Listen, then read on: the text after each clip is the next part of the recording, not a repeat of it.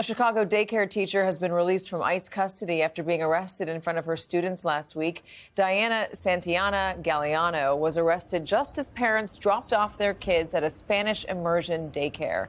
DHS says she ran into the daycare after an attempted traffic stop and accused her of illegally entering the country in 2023.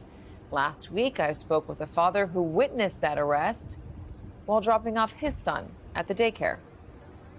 To see a teacher dragged out of a daycare by masked armed men who didn't care what she had to say, who didn't care it was a daycare, who didn't care there were parents everywhere, who didn't care there were children inside, is absolutely devastating. I'm still in shock. I'm still processing everything that's happening. And I just can't believe that would happen at a daycare. He was really shaken. Joining us now, Chicago Tribune investigative reporter Gregory Pratt. So, Gregory, what exactly happened with Diana Santillana Galeano? Well, it is what the video shows.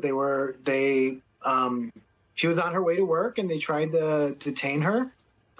She went into the daycare and they forcibly pulled her out of the daycare where she works.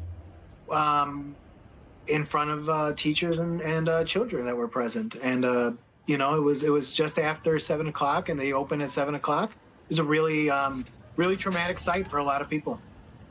So the daycare says that she cared for infants, had authorization to work in the daycare, that she'd undergone a background check, and that agents did not present a warrant, or the agent didn't when he entered the building. The DHS says that Galeano reportedly paid for smugglers to illegally bring her 17-year-old and 16-year-old kids into the U.S. via the southern border.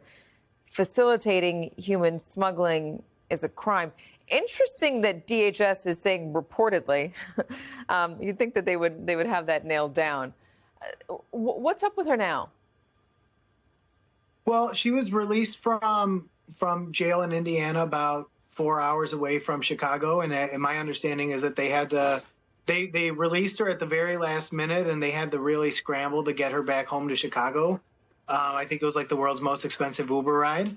And that was by her lawyers. And there was this really, she's out and she's dealing with her case and with those issues. I do think that the use of the word reportedly is worth noting. I mean, the Department of Homeland Security has put out a lot of information that's not either directly accurate or not quite right.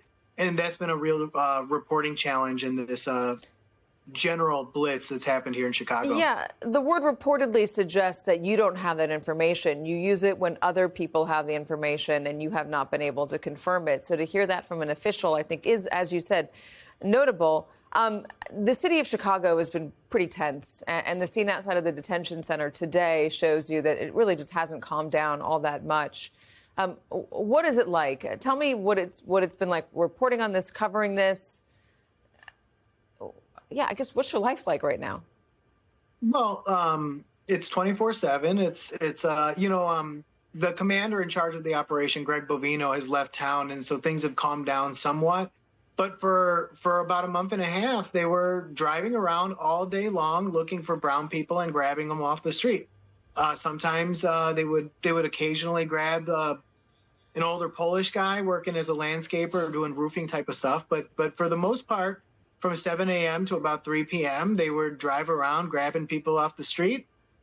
When people complained about it because neighbors didn't like it or because people in the community didn't like it, sometimes they would tear gas. They tear gassed at least 8 neighborhoods in the city of Chicago over the last month and a half, from an incident in front of a school to just the neighborhood, side streets.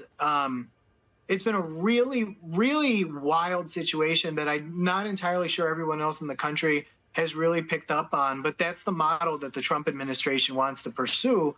And what's happening in Chicago could very well be coming to a city near you.